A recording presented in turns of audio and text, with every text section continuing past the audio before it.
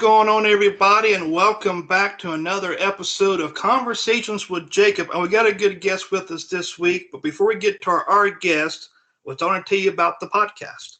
Conversations with Jacob. The podcast airs every Monday at 1 o'clock. Um, but if you want to follow us on social media, Facebook's Conversations with Jacob, Twitter, the CWJ Podcast. You can find our podcast on iHeartRadio, TuneIn. We're on Amazon Music. We're on Audible, Spotify, YouTube, and we're all over the place. You can check out our website, conversationswithjacobpodcast.weebly.com. You can find past guests, upcoming episodes. You can also listen to the podcast on the website as well. Coming up guest, there's a lot. But one of the big guests is Larry Getter, who did Elvis Presley's hair for a number of years. But joining me this week is Terry Rich. Terry is he's an international speaker and author. Which also led the Blank Park Zoo, which was the second largest attended attraction in the state, and he's also given away over $1 billion. He's appeared on shows like The Tonight Show. He's he's appeared on The Tonight Show, HBO, CNN, the New York Times. So let's welcome to the podcast the fraud busting creative Mr. Terry Rich. Terry, welcome. Thank you so much. Yeah, I'm not quite Elvis, although I spoke not recently on Elvis's stage, but it's a lot of fun and glad to be here, Jacob. Oh, absolutely. Now, for people who don't know who you are, can you give us a little background on yourself? Oh, sure. I grew up on a farm in the state of Iowa. Went to college. I was going to be a math major. Passed out of a year of calc, year of physics, and then about halfway through college, someone said, "Hey, you can go over here and make a living." Well, that sounds easy. So I started into TV and radio, graduated and got into cable television before it was cool, and got to work with the likes of the Ted Turners and the HBOs and all of helping build the MTVs and all these different channels. As a cable operator, we were expanding and we built cable companies all over, and had a lot of fun. And at the age of 40, somebody came in and tried to take a run at the company, and we did a leverage buyout and cashed out. So all of a sudden, something that my dad said, "Hey, work for someone, work hard, and when you turn 62, you'll get your Social Security, you're going to be happy." And I realized happiness kind of happens on the way to success, because I had so much fun in this entrepreneurial cable television. I mean, we couldn't touch anything that didn't do really well. They cashed us out, and all of a sudden, I've got everything I thought I needed in life. I had the money, I'd traveled, I did it.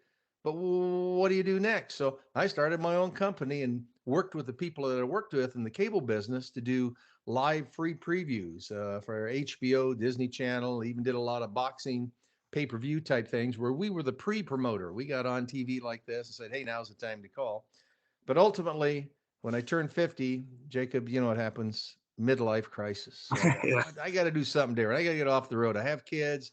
All I'm doing is work. I've made the money I want to make. What do I do next? And I got a call from an ex-governor who said, "Hey, they're going to close down our zoo, the only zoo in the state, and we're going to put it under a nonprofit. So we're going to take it over. Would you run a zoo?" And I thought, well, heck, I grew up on a farm, should be able to handle giraffes like cows, can't you? So I ran a zoo and used you can tell I like marketing and promotion, use those techniques to turn the zoo around. And instead of losing 600,000 a year, we raised almost 15 million in endowment and got it cash flowing, and just was a great zoo. It is a great zoo where now people are coming in and raising more money to build it bigger and bigger. So it became the second largest attraction in the state of Iowa. And then I got a call from the next governor and said, "Hey, the lottery director's ending. Would you like to give away some money and run the lottery?" Sounds like fun. So I did that. And all of a sudden, my whole life late in the business career turned around, because I'm into marketing and promotion. And we had a internal fraud from a vendor to the lottery that ultimately took 7 years to crack, but we cracked the largest lottery fraud in U.S. history. And all of a sudden, I had to become this serious talker, uh, which was tougher for me. But we cracked that and put him in prison for up to 25 years. And so I retired at that point, and now I'm on the road talking about that case and talking to banks and anyone who will listen to talk about internal fraud and how to watch out so that people don't steal from you when you're a business owner. So that's my life. This is a perfect retirement gig because I get to do great podcasts like this. Yet I've had 4 completely different and distinct careers all on my own taking, and it's really been a fun life. Now, I kind of want to go back to the zoo topic for a second. Sure. When you led the zoo, was it more like a tough job to do? Was it kind of hard to kind of park around a zoo? You know, people are when they change jobs or someone comes up and asks them to do something they've never done before, usually are afraid of it. And I use the things I learned from an entrepreneurial standpoint of, that people when they go to the zoo, you usually take your kid. Well, any museum, if you're running a nonprofit, you go once when you're a kid, once when you take your kid, and once when you take your grandkid. So I knew we had to get more people coming through, but we had everybody that was going to the zoo from age 2 to 12. Everybody takes their kid to the zoo once. So we had to do things that brought them back over and over and over. And then we had to look for a new audience. So I said, hey, young adults aren't coming at all. What are young adults like? And we started thinking of booze. So we decided to start Zoo Brew. We said at night, one night a month, we would open up the zoo. All the animals would be there. We'd get a band in and we'd serve alcohol, which they didn't serve during the day. And lo and behold, today they're selling about $250,000 in alcohol in a year. We cash flowed the zoo right away. The other thing we did was try to come up with unique promotions. Again, think creativity as you're doing new companies and the things I learned back in the cable business, something new, something different. At the zoo, it was going to cost $2 million to put in a brand new lion exhibit or something like that to bring people in. So we started thinking, what do we have that everybody, that the zoo has a lot of that would be free that we could get people in? Well, poop. All animals poop, right? So we did an exhibit called Scoop on Poop. So all the kids could come in, they could see what tiger poop looks like, what elephant poop looks like, what monkey poop looks like. And the kids would look and point and giggle and they'd tell their friends and everybody be coming back out to see it. Then we realized, someone told us about this. We didn't realize it because we live in the Midwest, so we don't have any deer, or we don't have tigers in the Midwest, but the zoo had a tiger. And we realized with all of these white-tailed deer that were eating all the flowers, if you put tiger poop in around those flowers, it's much like predator and prey. The deer are prey, the tiger's predator. If a deer smelled that tiger poop, they wouldn't eat the flowers. So we started selling tiger poops in gallon bucket jugs for $20. And we made, I think, around $25,000 just on tiger poop that summer. So we did a lot of creative things to turn it around, bring a lot more people in.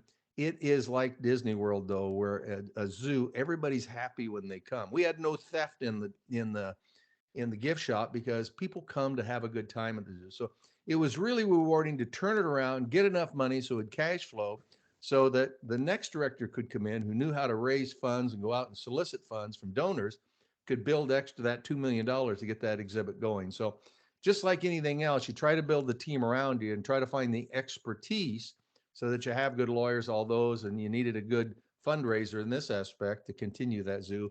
And it did really well. So now the second largest attraction in the state. Wow, sounds like and you guys did something that no other zoo, I guess, has done so far. Well, we did, we did a couple of crazy things. The other thing we did, which was kind of fun, was to bring in a 50-gallon drum to have an exhibit. They were telling me $2 million. Well, inside that drum, we found 2 exotic red bats down at the local baseball stadium. Oh, wow. Exotic red bats. So we put this big, come see the red bats. Danger, don't get up too close. We put wire over the top, and we think they came from Louisville. And we had a big parade where on a certain day, the radio station broadcast this parade where the mayor is leading the giraffe, and this is leading over here. Remember, we're on radio. So the mayor could talk about the giraffe, and everybody's out looking for the parade, and nobody could find the parade. We kept saying, would you try this street? So it was on April Fools, but we got such a good buzz about it that people came down and they'd look in there and they would see 2 red bats from Louisville. Well, you get it. They were wooden bats. We just picked up a couple of wooden bats, put them in there. We put a pair of baseballs on one of them so that when the adults came through, we'd say, hey, see if you can tell which one's the male and which one is the female. But the kids would get up and they'd get scared, then look in, someone yelled boo, and then everybody laughed and they had a good time. But the word got out and that increased sales. You wouldn't believe how many people came in to see those darn red bats that cost us about for 30, 40 bucks. So, are you still involved with the zoo today? Absolutely. I'm still an honorary board member. And like anything else, you know, when I decided to take the lottery job, the people that come in behind you, we're there to support. Call us anytime. We're there to support. But you don't want to get in their business because they need their creativity because they're going to add a new set of expertise to take it to the next level. All right. Can you tell us about your appearance on the Tonight Show with Johnny Carson? Well, you know, one of the things I learned in college was a professor who told me it's better to have tried and failed than to succeed at doing nothing. And you think about that, you know, sometimes people think government workers are like that. You know, you just keep your head low, you don't do any work, but you know, you keep your job. I always like to try new things. And when I took the job at the cable company, I was doing on camera a little bit of work, and I looked up and I didn't have the 5 o'clock shadow. It was 5 o'clock, and so I thought, heck, I'm going to write Gillette and tell them how much I love their Track 2 razor. So I sat down at the typewriter and wrote it up, thinking I'm going to get on national television, get to do a commercial, and they're going to be flying me to New York. I'll get my response in 2 weeks. Lo and behold, 2 weeks to the day, I get the letter. Now, mind you, during that time that I'm waiting in that 2 weeks, I was thinking, much like you might think about Mega Millions or Powerball, what if? What if I get to go be on national television, do a national TV commercial? And it excited me that I really wanted to do that. Well, I got the letter back 2 weeks to the day, and it said, "Dear Mr. Rich, we're glad you're happy with your Track 2 razor, but we didn't make it. Schick makes it." So I wrote the wrong company. So they didn't send me, but I got so excited. That's how we get to Cooper or to the Johnny Carson show that I want to say about 5 or 6 years later, I was 29 years old. I get a call from a farmer from our little farm town. 50 people lived in town. I lived on a farm right outside of it when I grew up. And he said, "Hey, we're having a centennial. We don't know whether we're 100 years, but we're going to have one anyway. And we want you to help us promote it." So I got with him and we did this brainstorming that we talked a little about. And brainstorming was, you know, what could we do to make it unique that people would come into Cooper, or we could get any publicity just from the local newspaper. And he said, "You know what? You're our most famous person." I thought, "Guys, because I did some TV and radio. I'm the most famous person, we better adopt somebody." So we came up with a plan to have our townspeople write the most famous people we could and ask them to be the celebrity just for one day. We haven't had anybody famous for 100 years. We need somebody for one day. So we sat down and I typed up a letter, and we decided to give away a few things like the free cemetery plot, free oil and lube at the local garage, things like that. And I sent out, well, I hit the mimeograph in the old days too many times. I got 44 letters out. So we didn't have a library in Cooper where I was from. So I had to go to the next town, go to the library and try to look up places because I didn't know that many media places to send this press release to. So I sent to the Miami Herald, New York Times, LA, you know, just anybody I could find in the darn book. And lo and behold, sent them out, all 44, put the stamps on. And lo and behold, next morning, I got one call. I failed 43 of the 44 times. It's better to have tried and failed than to succeed at doing nothing. Because I sent all of them out, I got one from somebody I didn't even know who it was. It was a thing called UPI, United Press International. And a guy said, "Yeah," he said, "I like the story. We want to do something with it. We're going to put it on the national wires. Let me get a couple quotes from you." I gave him a couple quotes. Had no idea where it was going. Hung up. 30 minutes later, I get a call and says, "Hello, is this Terry?" "Yeah." "My name is Jim McCauley. I'm a talent coordinator with Johnny Carson's Tonight Show. And Johnny, as you may know, was born in Iowa. We want to do something with this. We're going into a production meeting, but you have to guarantee us that we're first." Hell yes. Okay. You know, so we said they'd be first. I hung up the phone because they were going into their meeting. I couldn't get a dial. In the old days, we had these things called dial tones on telephones. I couldn't get a dial tone. And I heard this screaming, "Terry, Terry, hello, hello.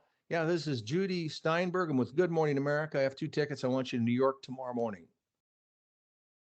"Sorry, I just committed to the Tonight Show." "You can't legally do that. We're going to sue you." You know, I get all this static.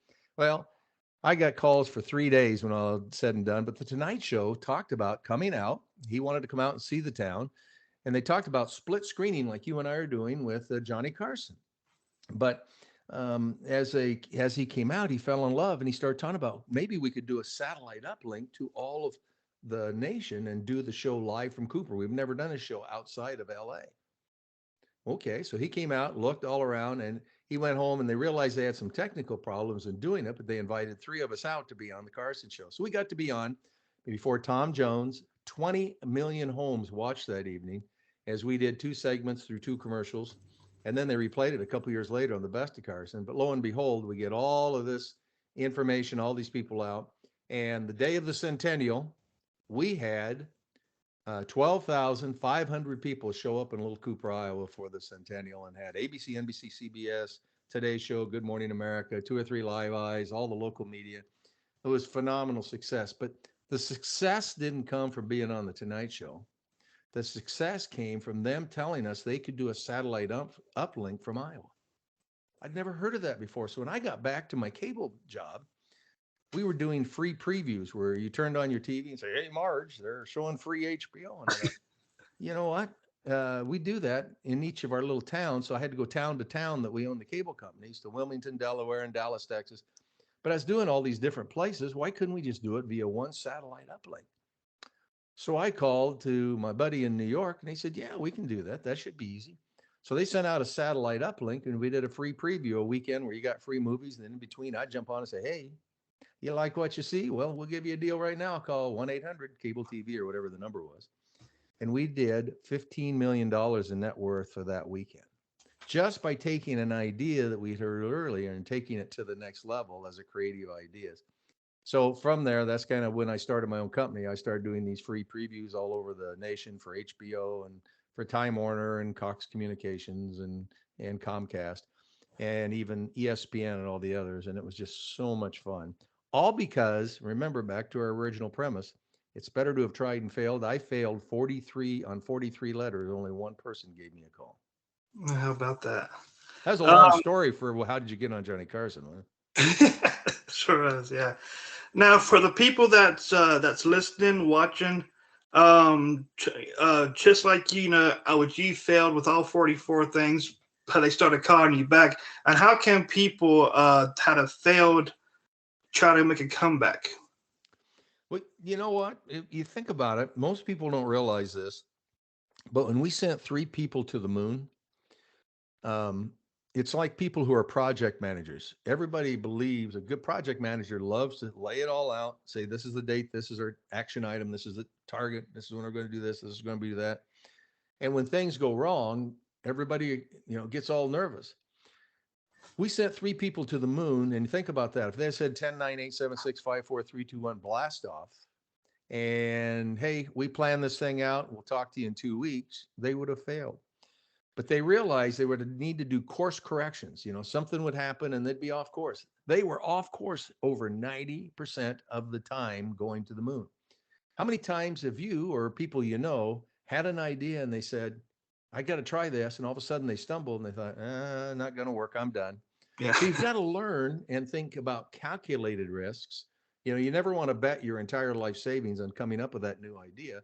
Most good companies have research and development budgets, and they take a portion of the monies they make and they try crazy new ideas, because if they lose it, they still got 95% of their monies. But if they make it, they might increase their profits by 10 or 20%. So that's kind of the way you have to look at when something fails. How do you make it work? I've got one other. If you got a second on this, Jacob. Oh, yeah, go ahead. Yeah. On a thought that when you put together brainstorming, and you always want to have as diverse a group around the table as possible. If everybody looks like you when you're leading one of these, you're not going to get the idea. In today's global world, global diverse society, you want to sell to as many people as possible to make the maximum amount of money that you can get. So when you do that, you want to put together those ideas. And then in the first, you dare to dream, you try to get 100 ideas where every idea is a good idea. No one gets knocked down. And then you take it back to the group and say, okay, accountants, you take a shot at it, too expensive. Lawyers, oh my God, you're going to get sued. Sales, oh, I think that one will work. And what you'll do is you'll prioritize those 100 ideas. And all of a sudden, your entire management team now takes the first, second, or third. Your probability of success is much higher than just trying one idea, and when you quit, you fail, and then you don't want to do it again. All right. Now, for people that's listening, watching, and how can we win the lottery? Is there a trick to it? Or Is is there a trick to it? Let me tell you a little secret. You ready for this one? So since I've been out of the lottery, we helped bust the largest lottery fraud in U.S. history. I can play the lottery now, and you know what? I've been playing when the jackpot's big. I've won $4. People. There's a lot of people say, okay, should I play quick pick? Should I write the numbers down? Doesn't make a difference. Your odds are the same. 80% of the people use quick pick. 80% of the people who win use quick pick. So no, your odds are going to be the same either way. Now, the odds are different on some of the games. So on scratch tickets, the lower the price ticket, the lower your odds are. So they give usually you allocate about 65% to 70% of the money that goes in are paid back out in prizes. If you do a $20 or $50 ticket, that percentage is in the 70 to 75. But you're spending a lot more money and you're risking a lot more money to do it. So you have more winners the higher that one goes. But because it's 75% allocated to prizes and scratch tickets, no one ever wins 100% of the time with those scratch tickets. Now, here's what I do. It's not guaranteed, but here's what I do. If someone says, how would you play? If you have $20 in your pocket, divide it by 10. Whatever money you got in your pocket, divide it by 10 and buy that many tickets. So $20 divided by 10 is $2. So I buy 10 $2 tickets from the same roll, because most of the lottery scratch tickets have a winner every fourth to fifth, sixth ticket. So you're going to win something. But the probability is you're also going to win something less than the total $20 that you bet. So if you like to win, I like to win. That's how I would play scratch tickets. As far as Powerball, you're dreaming now, because Powerball's won in what, 300 million? So your chances of winning are really light. But doggone it, I'm not going to miss out by not having a ticket on the big jackpots, even though I know my chances of winning are really low. So yeah, it's a really good way for gambling, because it's run by the state. If you're upset about anything, you think something's haywire, you can go talk to the lottery director, to a lottery, or you can talk to your representative, because they're run by state. So I like that, because I think it's open and I think it's more fair and honest than you might have if you're playing poker online from a company in Belize or somewhere. Do you think that some of the tickets is kind of, I don't know, I guess rigged a bit? Not at all. Not at all. The number of checks and balances that are in every one of the lottery games are really tough. Now, there's been a history. I mean, there's been two or three major lotteries. The ones that tried to do it usually have gotten caught, which is Pennsylvania. They had two people that got together and put a little bit of paint in all the numbers but 2 and 4, and then they bought all the combinations of 2 and 4. They got busted. The guy that we busted got busted. He got by with one or two. But in general, the checks and balances from the vendor, that what they have to do, and the number of people that can't touch tickets, that know tickets, and every lottery ticket today, this wasn't the case early on, but every lottery ticket today has a barcode on it, so that that lottery can track it from the time that it's printed to the time that it's thrown away. What that means is, as soon as you buy a ticket, you're probably on a camera in a convenience store. And each time you check a ticket, if you can electronically check it in your state, you're back on camera. Each time you turn in and cash a ticket, you're probably on camera. So there are thousands and thousands and thousands of pictures that, if something feels suspicious, that the investigators can go after right away. Do you think the company that does the lottery tickets and the people that has to bring them to the store, do you think that they may kind of sneak in tickets as well, try to keep it for themselves? I think that somebody, if you go into, I think the convenience store clerk has the best chance at that. If you give them your ticket, and you don't know whether it's one or not, and they go over and they check the ticket somehow, and they might have that same ticket down here that's a loser. They would sleight of hand put it in there. That used to be an old method that some would use, but again, they're on camera. Almost all those clerks are on camera anymore, and it's been really easy to get in. If somebody goes in, let's say you decide, well, I'm just going to break in and take a roll of tickets, right, at night. Well, we immediately got alerted. We immediately put in. We knew which tickets they were, and as soon as someone tried to cash one, we had them on. I mean, we had them dead to rights. We had them on camera. Probably when they broke in. We also had them when they tried to cash it.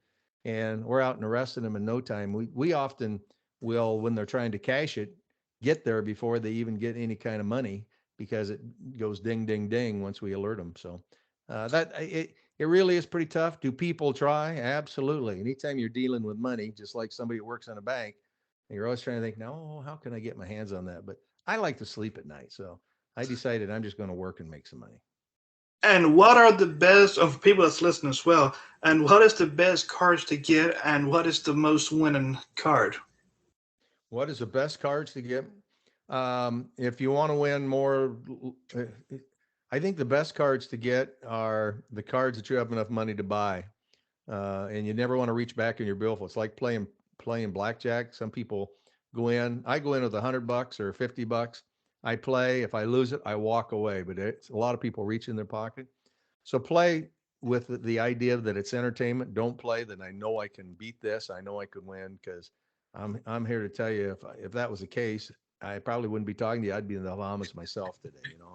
We set it up so that I only knew certain things and my employees only, and then you have the vendor to know only certain things. So the checks and balances are pretty good. But scratch tickets, if you like pulling the slot machine, win, lose, play over and over, scratch tickets are the best. If you're playing aspirational, as they say, then you play lotto, the draw games like Powerball, Mega Millions, or the in-state game. So all of them, knowing that the lottery always has a 20 to 25% take when it's all said and done, guaranteed. There are a lot of people who will lose, but you might get lucky once in a while. So you play to have some fun and use it as entertainment, not as a way you're going to make all your money.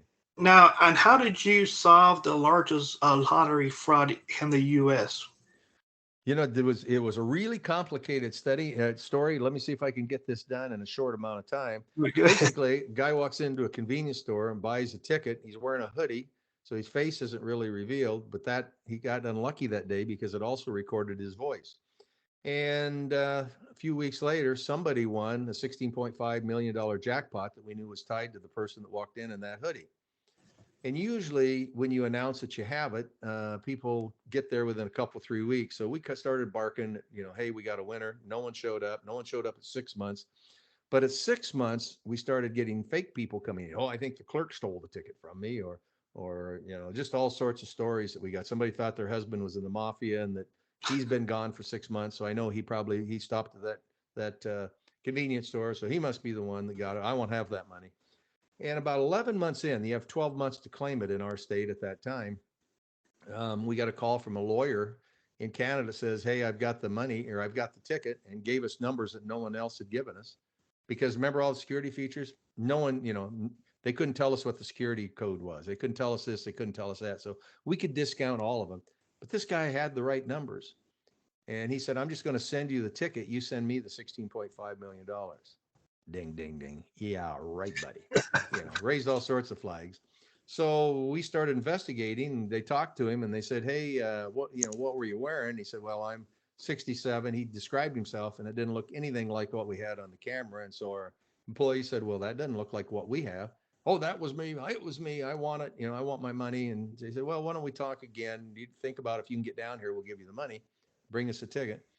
Well, he didn't come down. In fact, he called back and said, I told a little fib. It's my client. Well, immediately that was fraud because he said he bought it. He created fraud against the lottery. So we got the Department of Criminal Investigation in on it. We started investigating, and it took almost 3 years before we identified that the person that bought the ticket and sent it through 3 different lawyers actually wasn't the person that was going to present it when it was all said and done, but he was the best friend. We released the tape of that. Remember, we said we had tape, and usually you don't release tapes because somebody might be walking by with a girlfriend rather than their wife, and then we all get sued and all the crazy thing. But it was our verification because so many people were trying to claim this ticket fraudulently at that point that we released the tape, and someone said, I know that person. He works at the multi-state lottery, which is the agency that does the drawings for nationally for all the different states that combine their resources together to do these big jackpots. And they knew his name. So we connected him to the person who said they had the ticket, realized they had best friends. They worked together. People who work as vendors of the lottery can't play the lottery, can't claim a prize. So we ultimately we found him. It took I think 8 years by the time it was over to actually get him in prison for up to 25 years for fraudulently claiming. And then we figured out that his brother was in on it, and his brother had claimed a couple of small state because this guy had he coded the computer that did the drawings, and he tried to convince all of the states, I want to do this for Powerball or Mega Millions. Good luck. We said no, because that has a lot of other different types of things. But anyway, he coded the computers so he could predict within 200 combinations rather than 11 million combinations what would be drawn on one day. It only could happen one day in a year, where it was a certain date at a certain time, and on a certain specification, and on the computer that he built. And lo and behold, we cracked the whole thing, and away we went. And it was a crazy time that I always said, it was just basic checks and balances. If you own a company, you want to make sure, like in a church, the church secretary writes the checks and takes all the money out of the till. You know that you're ripe for fraud because you have all the keys to the kingdom, and this guy had all the keys to the kingdom. So that's all been corrected, and that's the long story of how the guy stole the money, and we busted it. Now, and how can small businesses prevent fraud? Something like this right here. Pretty simple. If you write the purchase orders, do not allow someone to also sign the check. So in a church secretary, the pastor needs to write the checks, or do the POs, one or the other. Same in a small school district. So there are three things that get people to steal. One is they have a financial need. Now, you and I both want to make more money, right, Jacob? Yeah. Yeah. But people in a business don't really crack to want to steal unless they have a major event. Usually that's a divorce, you gamble too much, you drink too much, something cracks. And good employees all have bad things that happen to them.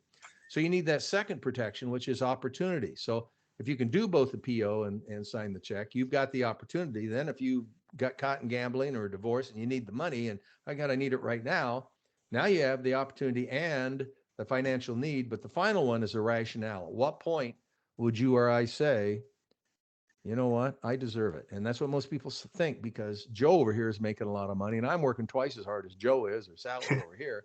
And so you put those three together and you're pretty ripe for opportunity. So, no matter who you hire, you want to have good policies to say, if you are caught, we will prosecute you. We will go to the authorities. You need something hanging over them that they kind of think, maybe I better not do this because this is going to be bad luck for me and my family. And what do you think is the top reasons why people steal from their companies? I think it's a little bit greed, and they usually try something small. And if they don't get caught, they try a little bigger, a little bigger, a little bigger. Even Eddie Tipton, who did ours, did some small ones first. But it does get you on greed, and you just need those checks and balances. Good policies. When you sign up someone at work, you make them sign something to say, this is things you cannot do. There will be consequences. That's probably the big factor. So they're always thinking, well, they told me this had happened, and when it does happen, Joe over there got fired one time for doing it, so I'm not going to try that. So do you still play the lottery? It was after this whole fraud thing. I didn't when I worked for the lottery, but I do now.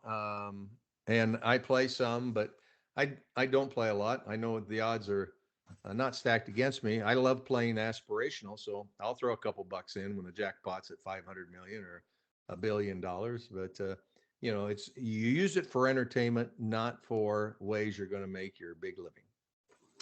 Now, how you've been known as the idea dude, and how did that come about? Is it because it started when I was in the it started when I was in the cable business, but the guy that really got me going was, well, really my dad started, because as growing up, I'd say something stupid. They'd call me ornery. Then they start calling me creative, because he wouldn't say, no, you can't do that. He'd say, well, I'll try it, and let's talk about what happens when it's done.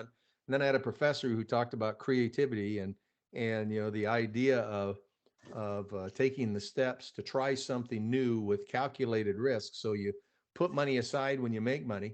So I tell people if they're in college and they're coming out and they'd love to start their own business, not to just bet the house in starting that new business. Go to work for someplace, learn about the financial side, have your on the job training so you know everything. So you can do your business, start it up at night on the weekends until it makes enough money that you can go out on your own, but learn everything you can in that, because you're going to be able to talk to the IT people. How did you do that website? Or you talk to accounting, when do I get to write something off, or how do I get an EIN number, or those kinds of things. You learn that going out, so you're not just flying blind. I think that's the idea. And then finally, I think the creativity is, I'm a believer of daring to dream first and then daring to act second. So in other words, when you're trying to think of the next new $1 billion idea, $100 million idea, you write down 10, 20, 30 different ideas, and you put them all together and not judge them at all. No judgment. And then you get people together and say, hey, which of these do you think has the most potential? Because here's what usually happens. People have an idea and they think, this is going to be my $1 million idea. I got it. It's ready to go. They fail and then they quit, right? So you really need to put together a group of people and the ideas to try to advance it as you're moving forward. And what do you do if an idea may go too far or may not go as planned? Um, you look at it, adjust it, and go back. In other words, as you're betting the extra, your $10. If you got $100 in profit, you're taking $10 and doing it. If it doesn't work, then you start thinking, what could I do differently to make it work? At some point, it doesn't hurt to say, if I get to this point and it's still not working, I'm going to go to my next great idea, and that sort of thing. So I think you want to keep trying, but surround yourself with knowledgeable people that you don't have. Most entrepreneurs are awful business people because they're great at coming up with ideas and trying to develop that idea, but they don't understand the legal side, the accounting side, the operational side, and most are not really good managers on how to deal with people, because you and I are probably creative, and we don't want all this stuff of, hey, I've got sick kids today and I can't come to work. You can't put, but you want to manage people right, and most of us are really impatient if we are really creative. And what is a no man? The Whenever you do brainstorming, this is the key point. Remember I said no judgment. So let's get everybody together. We need 10% increase in sales. What do we do? And all of a sudden, everybody's kind of quiet. Somebody over here will say, hey, let's paint the wall red. And you'll see somebody going over there and, oh man, we've tried that. That's a dumb idea. So new people coming in obviously get shot down right away. And somebody says that, you don't want to say anything again. So when you do creative brainstorming session, you put in rules of absolutely no judgment. So if we see it, we're going to call you out. We're going to say, hey, no shaking heads, no, build upon it. So let's paint the wall red. Let's add orange circles to it. Look for ways, because all we're doing is writing down, trying to get the 100 ideas. And the second step is that. But no man are people who we've done it, we've tried it. How many ideas have really worked because somebody tried them, failed, and quit, and somebody else picked it up and away they went? Now, what you've done a lot. So, and what makes life fun today for you? The speaking is really fun. I love performing. I love being in front, and I found I love playing trombone, but I was an awful trombone player. So there are different ways that you can express yourself.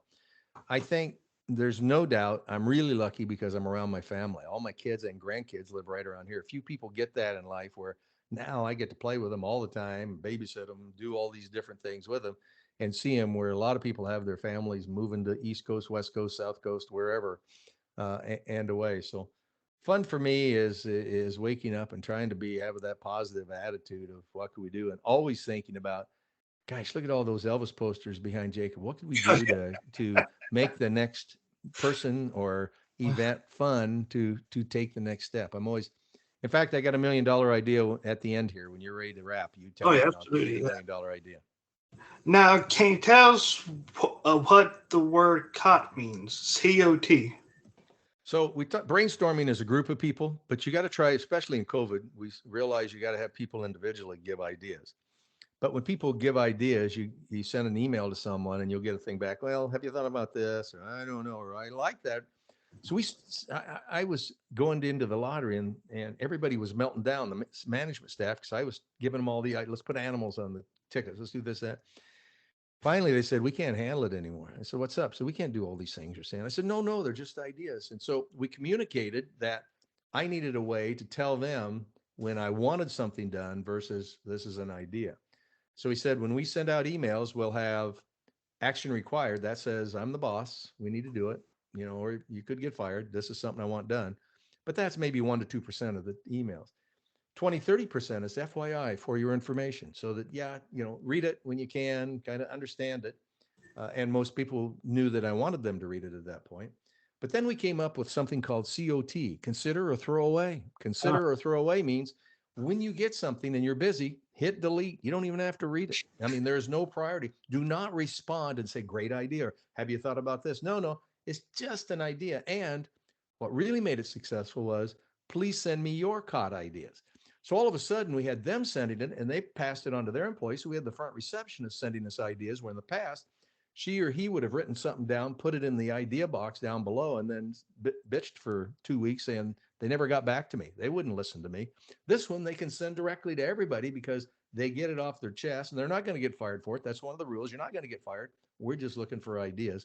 And the COT really took the pressure off of everybody thinking, because if a boss, if a king says, oh, poop, the entire congregation or, all the disciples take off and go to the bathroom. No, you just want to be able to say, here's an idea, think about it, and if it works, let's put it together. All right. Can I say poop on your show? It's all right. Okay. With my podcast, I guess anything goes. I've had people say much worse than that. Okay, good. So I see here on this thing that I printed out from your website, it says, and how did hot dogs plan to evolve in the largest lottery fraud in the U.S.? Remember we said about it takes a team to do these kinds of things. I mean, I didn't just solve I was part of the team that solved it. A guy named Rob Sand prosecuted it. We had all sorts of investigators that worked on it. But one of the things that helped break this deal, obviously the ticket was a vital source because we knew we had to have certain things on the ticket. But when he went in to buy the ticket, he bought 2 hot dogs. And when he finally got on trial and we were trying to say he'd identified it, people didn't recognize his face. They recognized his voice because he had disguised himself in front of the camera.